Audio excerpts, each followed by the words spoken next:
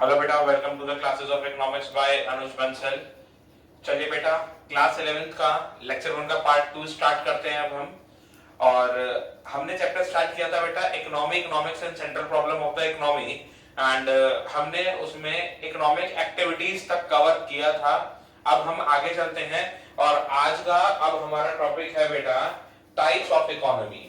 देखिए बेटा, आज हम पढ़ेंगे types of economy. But types of economy में क्या है? देखिए, बेसिकली इकोनॉमी जो है वो 3 पार्ट्स में डिवाइड की जाती है। 3 तरीके की इकोनॉमी होती है, 3 टाइप्स की इकोनॉमी होती है। सबसे पहली टाइप ऑफ इकोनॉमी है बेटा, उसे मार्केट इकोनॉमी के नाम से जाना जाता है। Market economy.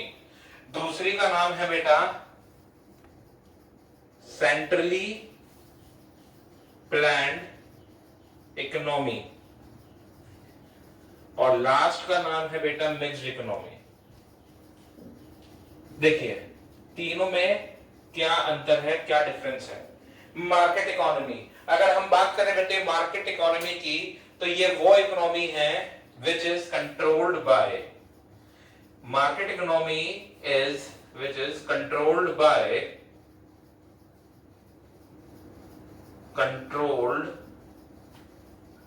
by the forces of market। Market की फोर्सेस से इन्हें कंट्रोल किया जाता है बेटा। मार्केट फोर्सेस क्या होती हैं?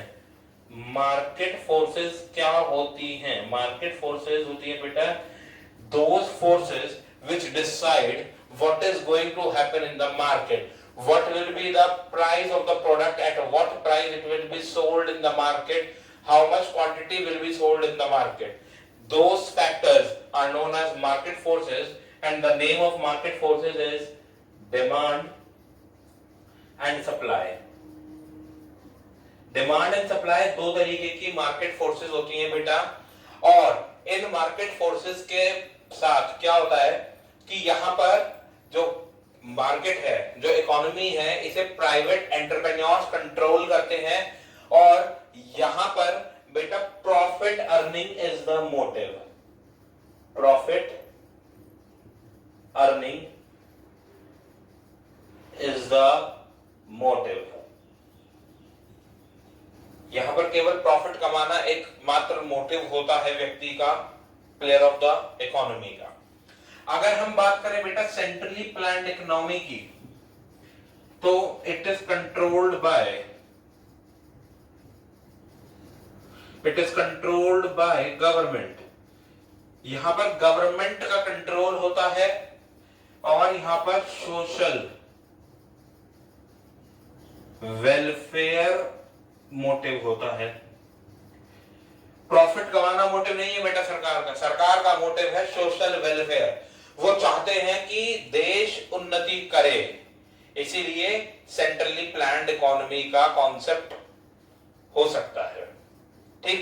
मार्केट इकोनॉमी में बेटा डिसेंट्रलाइजेशन होता है। डिसीजन मेकिंग पावर जो होती है, policy making and decision taking power जो होती है, वो मार्केट प्लेयर्स के पास होती है। लेकिन सेंट्रली प्लान्ड इकोनॉमी में डिसीजन मेकिंग पावर और पॉलिसी मेकिंग पावर सरकार के हाथ में होती है। और मिक्स्ड इकोनॉमी में क्या होता है बेटा? Mixture of market plus centrally planned economy, दोनों का मिक्सचर होता है बेटा ये, सेंट्रली प्लान्ड इकोनॉमी का भी और मार्केट इकोनॉमी का भी। यहां पर private as well as government दोनों मिलकर सरकार को, मतलब देश को चलाते हैं। सरकार और प्राइवेट एंटरप्रेन्योर्स मिलकर एक साथ डिसीजन टेकिंग करते हैं, पॉलिसी मेकिंग करते हैं। ठीक है बेटा, this is the topic of types of economy. अब टाइप्स ऑफ इकोनॉमी के बाद जो टॉपिक हमारा है बेटा That is again very important topic of this chapter. Most probably जब भी ये चैप्टर आपके एग्जाम में आएगा, जब भी ये चैप्टर आपके किसी भी एग्जाम में आएगा, चाहे वो क्लास टेस्ट हो, चाहे वो आपके स्कूल का यूनिट टेस्ट हो, चाहे आपका हाफ ईयरली हो, चाहे आपके फाइनल एग्जामिनेशन हो, 98% अगला जो टॉपिक पढ़ने वाले हैं उसमें से सवाल आएगा। तो इसी वजह से अगले टॉपिक की इंपॉर्टेंस बहुत ज्यादा बढ़ जाती है बेटा। मैं ये कह रहा हूं आपसे कि चाहे वो कोई भी स्कूल हो, ABCDEFG, कोई भी स्कूल हो, XYZ, सभी स्कूल्स में अगले टॉपिक से सवाल पूछा जाएगा। तो इस टॉपिक को बहुत ध्यान से समझेंगे। अगले टॉपिक का जो नाम है ना बेटा हमारे का, वो नाम है अगले टॉपिक का कि what are the central problems of the economy. देखिए बेटा, हमारे चैप्टर का नाम है economics and central problem of the economy. तो बेटा हमने इकोनॉमी तो पढ़ लिया, हमने इकोनॉमिक्स भी पढ़ लिया, हमने टाइप ऑफ इकोनॉमी भी पढ़ लिया। अब हमें चैप्टर के नाम का तीसरा पार्ट पढ़ना है, सेंट्रल प्रॉब्लम ऑफ इकोनॉमी। बेटे एक बात समझिए, अब सेंट्रल प्रॉब्लम का मतलब क्या है? These are those problems which are faced by, these are those problems which are faced by all the economies irrespective of any one.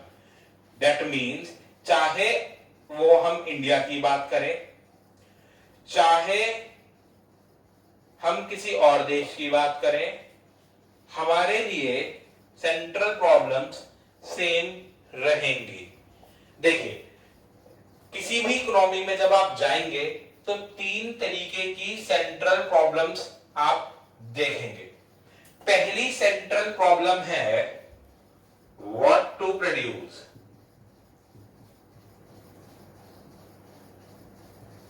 दूसरा सवाल आता है हाउ टू प्रोड्यूस। और तीसरा सवाल किसी भी प्रोड्यूसर के सामने जो है वो है फॉर whom टू प्रोड्यूस। अगर प्रोड्यूसर ने इन 3 सवालों के जवाब ढूंढ लिए तो बेटा बिजनेस को ग्रो करने से कोई नहीं रोक सकता। क्या बनाना है, कैसे बनाना है, किसके लिए बनाना है, ये प्रॉपर डिसीजंस जो हैं, ये तीनों सवाल कहलाते हैं एलोकेशन ऑफ रिसोर्सेज। देखिए, ये 3 जो सेंट्रल प्रॉब्लम हैं, ये on the basis of allocation of resources पाई जाती हैं। What to produce, how to produce and for whom to produce. चलिए बेटा, अब हम लोग स्टार्ट करते हैं एक एक करके सारी प्रॉब्लम्स को। हमारी पहली प्रॉब्लम का नाम रहेगा बेटा, चलिए बेटा देखते हैं व्हाट टू प्रोड्यूस को। व्हाट टू प्रोड्यूस, बात यह है कि सर ये सवाल सामने आया ही क्यों प्रोड्यूसर के। देखिए, एक चीज समझिएगा कि हमारी जो इकोनॉमी होती है बेटा, इसमें जितने भी रिसोर्सेज होते हैं, ये सब रिसोर्सेज लिमिटेड होते हैं। ये मतलब ऐसा नहीं है बेटा कि ये रिसोर्सेज अनलिमिटेड है। तो जब हमारे पास लिमिटेड रिसोर्सेज होते हैं बेटा, तो हमें कुछ चीजों का स्पेशल ध्यान रखना पड़ता है। अब उस ध्यान को रखने के लिए आपको ये सवाल पूछने पड़ते हैं। तो देखिए, अब जब प्रोड्यूसर के सामने सवाल आया व्हाट टू प्रोड्यूस का, पहला सवाल क्या आया? What to produce. तो प्रोड्यूसर ने इस सवाल को क्यों पूछा? देखिए, 2 प्रॉब्लम्स और हैं। क्या है प्रॉब्लम? पहला, रिसोर्सेज आर लिमिटेड। पहली problem, resources are limited. That is why choice is to be made. एक चीज याद रखिएगा बेटा कि इकोनॉमी के अंदर आप किसी भी रिसोर्स की बात कर लीजिएगा, आप किसी भी रिसोर्स की बात कर लीजिएगा, वो सब लिमिटेड इन नेचर है। तो जब लिमिटेड रिसोर्सेज होते हैं बेटा, तो producer has to make the choice. क्या चॉइस करनी है कि अब अवेलेबल रिसोर्सेज से मैं क्या बनाऊं। एग्जांपल के तौर पे समझिएगा कि रिसोर्स जो भी प्रोड्यूसर के पास जो रिसोर्स अवेलेबल है वो वुड अवेलेबल है बेटा। ऐसा मानते हैं कि एक जो प्रोड्यूसर है वो कारपेंटर है, फर्नीचर बनाता है और उसके पास वुड अवेलेबल है। अब ऐसा मानते हैं कि वो दो गुड्स बना सकता है। कौन से हैं वो दो गुड्स? पहला, वो चेयर बना सकता है सर। दूसरा, वो टेबल बना सकता है सर। चलिए, अब हम मान रहे हैं कि इसके पास जो रिसोर्स अवेलेबल है वो इकोनॉमी से मिला तो वो लिमिटेड होगा। लिमिटेड है, ऐसा नहीं है वो जितनी चाहे उतनी चेयर और जितनी चाहे उतनी टेबल्स को बना सकता है। तो अब इस बात के चलते उसे एक चॉइस करनी पड़ेगी कि वो क्या बनाए, वो चेयर बनाए या वो टेबल बनाए या वो दोनों को कॉम्बिनेशन में बनाए। अब समझिएगा, कारपेंटर साहब ने कहा कि सर मैं तो केवल चेयर बनाऊंगा और जितनी भी वुड मेरे पास अवेलेबल है उससे मैं 100 चेयर बना सकता हूं। अगर वो सारी की सारी वुड चेयर बनाने में लगा देता है बेटा, तो एक बात बताओ, टेबल कितनी बनेंगी? सर 0 बनेंगी टेबल तो। जी बेटा, बिल्कुल ठीक, टेबल बनेंगी 0। अच्छा, अब मैं कहता हूं कि सर वो 10 टेबल बना रहा है, अवेलेबल वुड से वो 10 टेबल बना रहा है।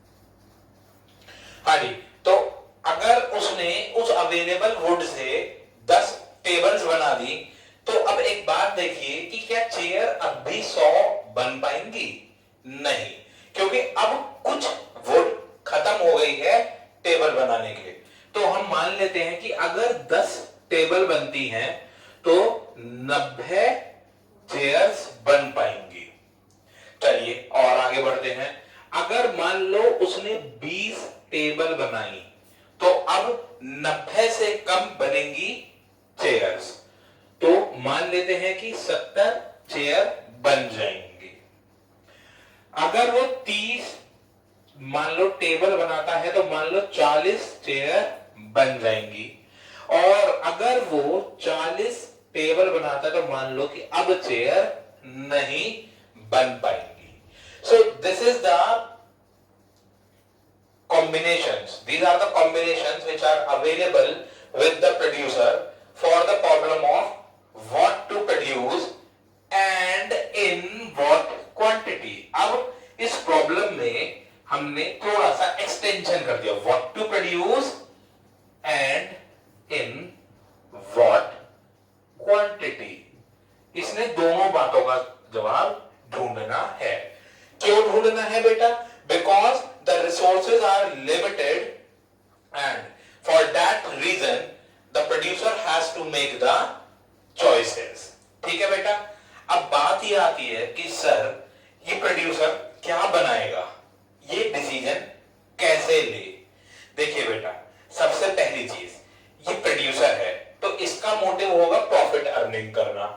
तो यहां पर इस प्रोड्यूसर को सबसे पहली सॉल्यूशन के लिए, अपने सवाल के जवाब के लिए बात जो सोचनी है वो सोचनी है the good must have more demand. ऐसा गुड बनाओ जिसकी डिमांड समाज में, इकोनॉमी में ज्यादा हो एंड लेस सप्लाई हो। ठीक, मतलब जिसकी लोगों को जरूरत तो ज्यादा हो लेकिन गुड्स प्रोवाइड करने वाले लोग कम से कम अवेलेबल हो। दूसरी चीज बेटा, लो प्रोडक्शन कॉस्ट होनी चाहिए, बहुत ज्यादा पैसे की मतलब रिक्वायरमेंट ना हो इस गुड को बनाने के लिए। दो बातें क्या है? पहली है डिमांड ज्यादा सप्लाई कम हो, और दूसरी बात हमने पढ़ी कि सर प्रोडक्शन कॉस्ट कम हो, क्योंकि बेटा ज्यादा पैसा लगाकर ज्यादा मुनाफा कमाने की अपेक्षा नहीं रखी जा सकती। और बेटा तीसरी बात क्या है कि इसमें आपको यह भी देखना है कि आपको किस सेक्शन ऑफ द इकोनॉमी के लिए गुड बनाना है। बात समझ में आ रही है? चलिए अब अगला सवाल आता है। ठीक है सर, अब डिसीजन ले लिया कि या तो कॉम्बिनेशन ए, बी, सी, डी, ई, इन पांचों कॉम्बिनेशन में से कोई एक कॉम्बिनेशन प्रोड्यूसर साहब बना लेंगे, या तो वो खाली चेयर बनाएंगे या खाली टेबल बनाएंगे, और या फिर हो सकता है कि वो दोनों को बनाए। ठीक, दोनों को बनाए। किस रेशियो में बनाएंगे, उसके लिए उन्हें क्या देखना है कि भैया ये देखो डिमांड किसकी ज्यादा है, सप्लाई किसकी कम है, किसमें प्रोडक्शन कॉस्ट कम आ रही है, किससे मैं मुनाफा ज्यादा कमा सकता हूं।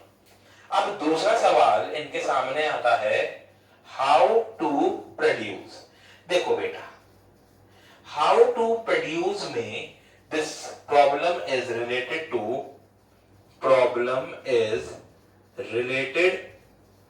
To the selection of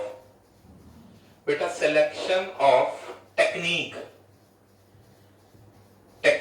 of production, कि हम प्रोडक्शन किस तरीके से करें। देखिए प्रोडक्शन को करने के टोटल दो तरीके अवेलेबल हैं।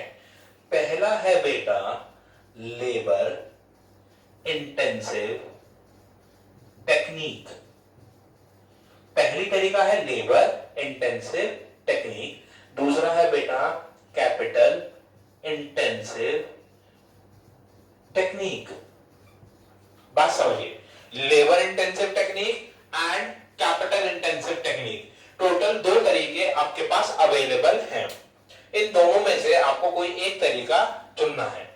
तो अगर हम बात करें बेटा लेबर इंटेंसिव टेक्निक की, तो लेबर इंटेंसिव टेक्निक कहती है कि सर इसमें मोर यूज ऑफ लेबर होगा and less use of machines होगा। मतलब आप इंसान से काम ज्यादा करवाएंगे, मशीनों का उपयोग कम से कम होगा, क्योंकि बेटा इसका नाम है labour intensive technique.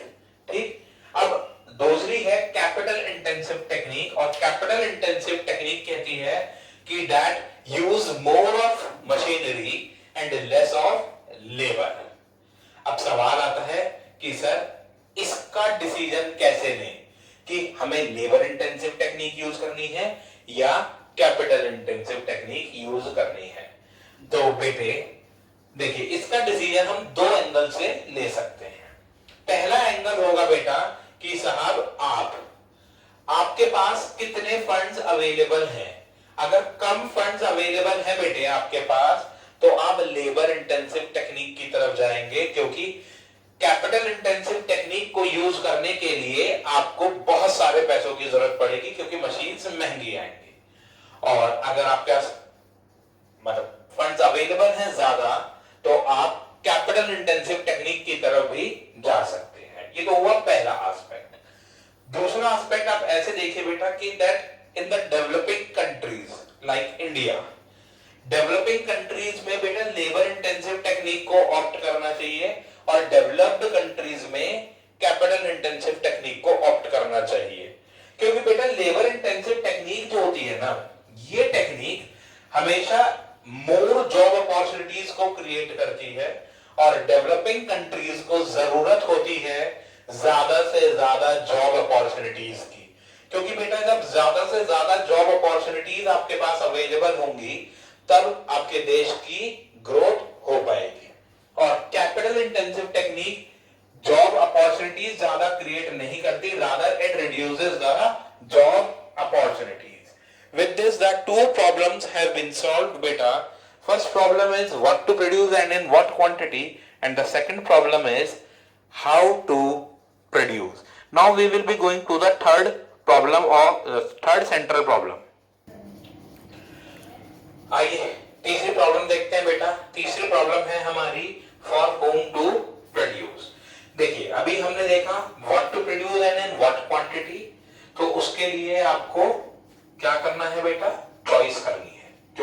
Houses limited है।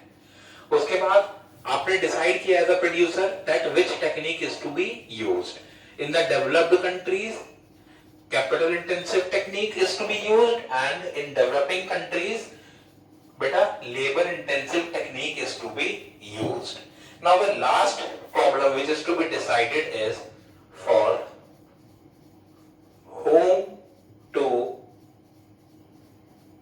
produce, किसके लिए बनाना है। देखिए बेटा बेसिकली इकोनॉमी में तीन तरीके के लोग होते हैं, एक होता है रिच, एक होता है पुअर और एक होता है एवरेज।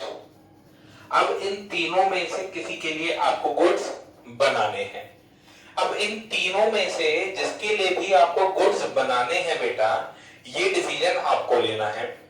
और ये decision on two aspects you can take, on two aspects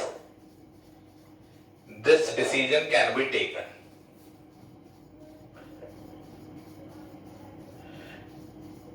Decision can be taken. यहां पर बेटा क्या हो सकता है, दो बेसिस पे हम डिसीजन ले सकते हैं। पहला एस्पेक्ट क्या है बेटा इसका कि आप लेंगे से फैक्टोरियल डिस्ट्रीब्यूशन पे, फैक्टोरियल डिस्ट्रीब्यूशन, और दूसरा होगा बेटा पर्सनल डिस्ट्रीब्यूशन।